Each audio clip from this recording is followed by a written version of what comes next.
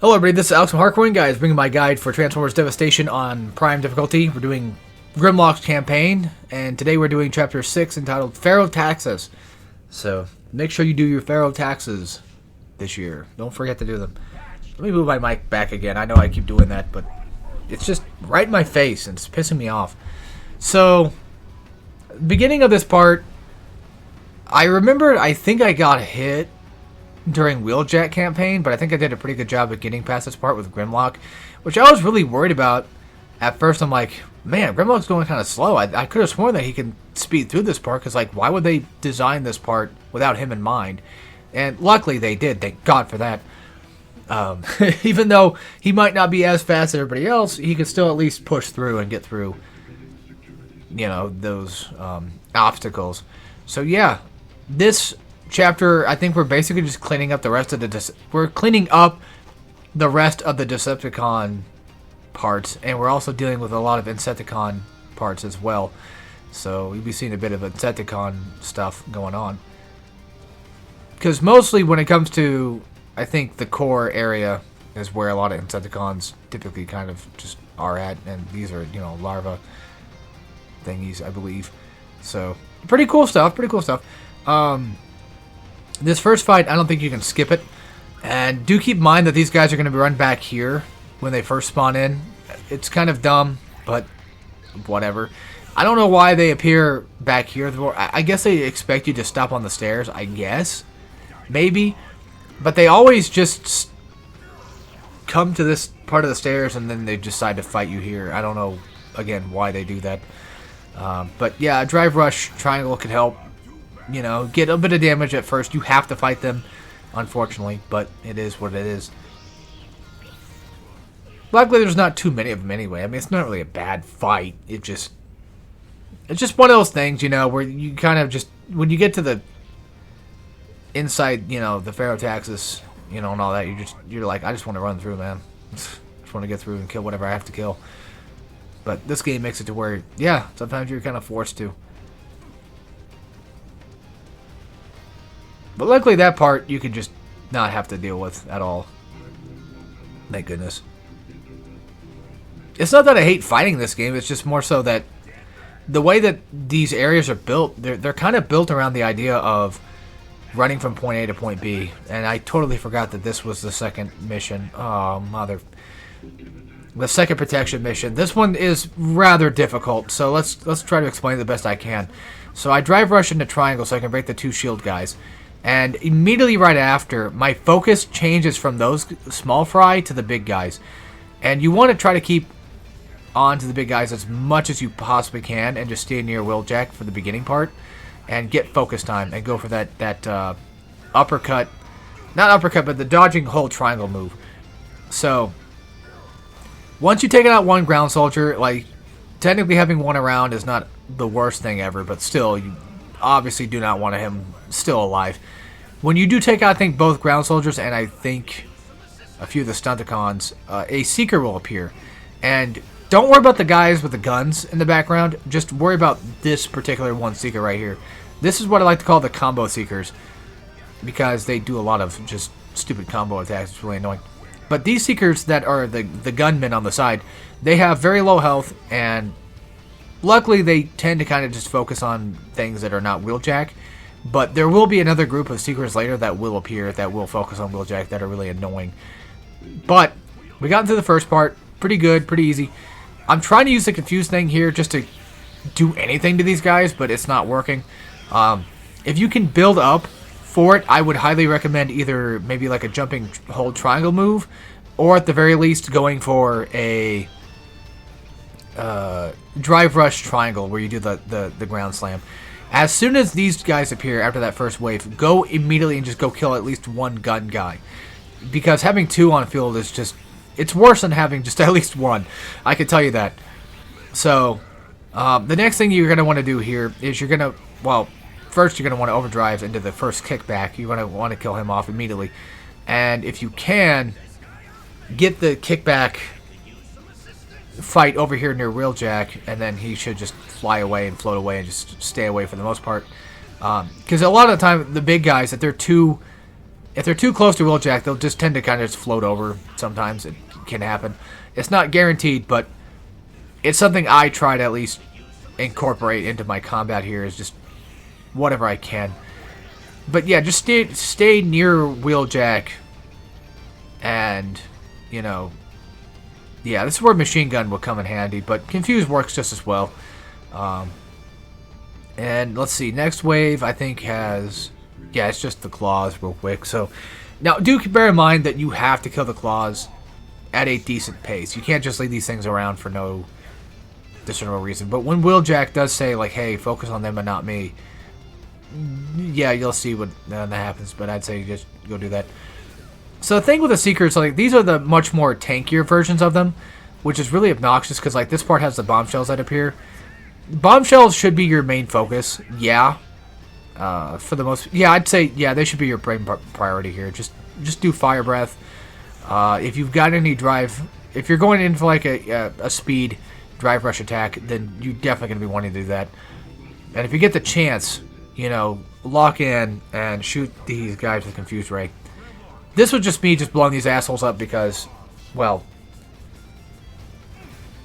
the less of them, the better, of course. But yeah, this part's really aggravating. Hammer works pretty well enough, but real quick, once the thing starts tilting, that's a good sign that you should probably be going for the claws. I wouldn't worry about Wheeljack too much. I got lucky enough to where, like, I had just enough time, but this is where you really should be focused on these. Is as soon as it starts tilting, that's a good time to go for it. And don't just blow up one and then go back and go fight other guys. No, you're gonna want to take out at least both around the same time. So I know that should be pretty obvious, but I fudged it up a couple times where I'm like, oh crap, you know, I should have remembered, like, hey, I should go do that. Usually, like, when you've taken out the kickback and all them, then you're gonna want to go straight for the claws. This mission sucks massive ass. And I'm sure most likely it probably sucks even just worse going for double S. I wouldn't be surprised. Alright, so into the next part. This is another one of those cases of I'm just going to be doing the hold triangle move to knock people off. Of course, if you're fighting Seekers, and to an extent even a kickback, there's a chance they might fly back up. Although I don't think kickback can fly back up. No, I think that's the other one. I think that's Scrapnel that I'm thinking of that probably does that. But Seekers can fly back up, but still. If you just want to make it to where you don't have to deal with too many of these guys, then that slam triangle move is an appropriate thing to be doing. No doubt about it. And don't follow up with another vehicle attack like I did there, because there's a chance that these ground soldiers can just block it back. So do bear that in mind. But this is still a pretty good idea, just doing this. Because for the most part, it does decent damage. It eliminates most of them, and it can knock people off. So, I mean, at that point, you might as well just do it to get it over with, right? That's what I'm saying. So, there you go. There's that. Now we gotta deal with the cargo... yeah, Robo-Arm, that's what it's called. Problem is, this does not do enough damage. It does damage, but not nearly as enough as I would like it to. Luckily, there's a slight invisible wall there, so I didn't fall off. Go for aerial attacks. Don't try to, like, stand on the ground while doing this, because he can shake you off and do just minimal damage, if any at all. But it's annoying enough to where it stops your combos, so do bear in mind that if you're going to be fighting him, that you want to kind of fight him from the air. And also, focus time, of course, but at the same time, you don't really need it, because you got more than, like, the cargo lift has more than enough health to kind of last. However, of course, in all fairness, you know, focus time makes it a lot easier, because you can get at least a few more hits, if not just one more hit. So, there's that. Alright, cool. I'm trying to think of what's coming next. Like, I could have sworn that Soundwave was the next main thing here, but...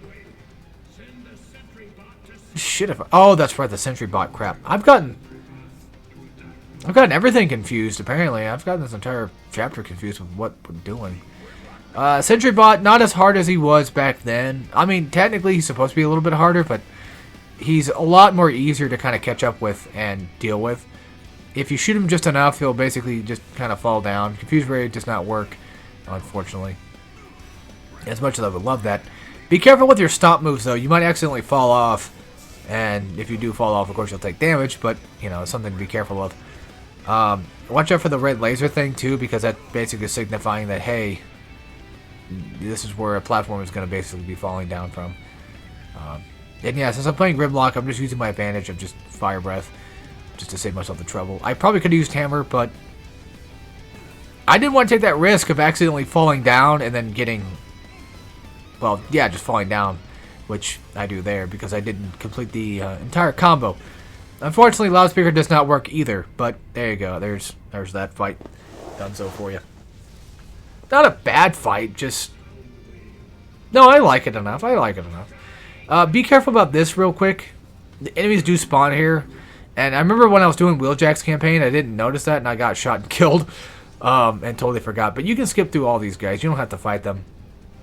If you're going for double S rank, you do have to fight them. But for the most part, we don't have to deal with this. So, yeah. And unfortunately, just got the double...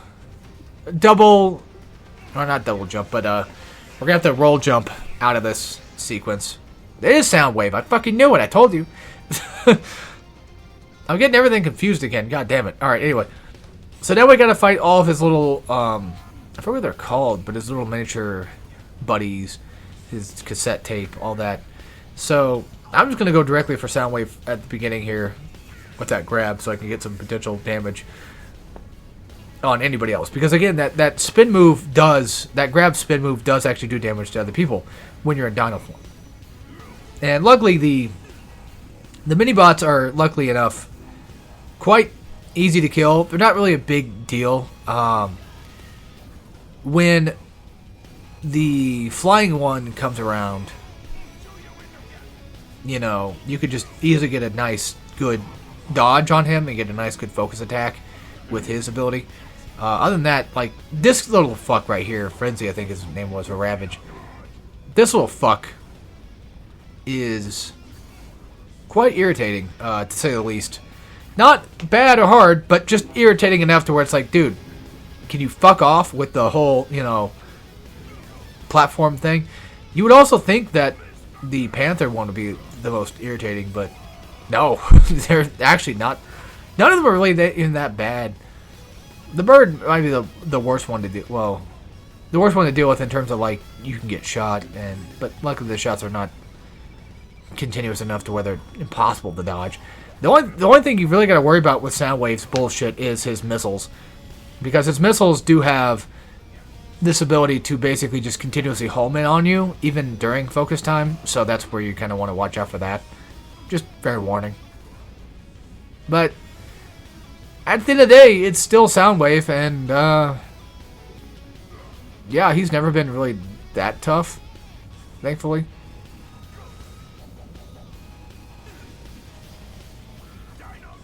So, yeah, no biggie there. I apologize. I keep yawning. I woke up actually quite early, so earlier than I normally do.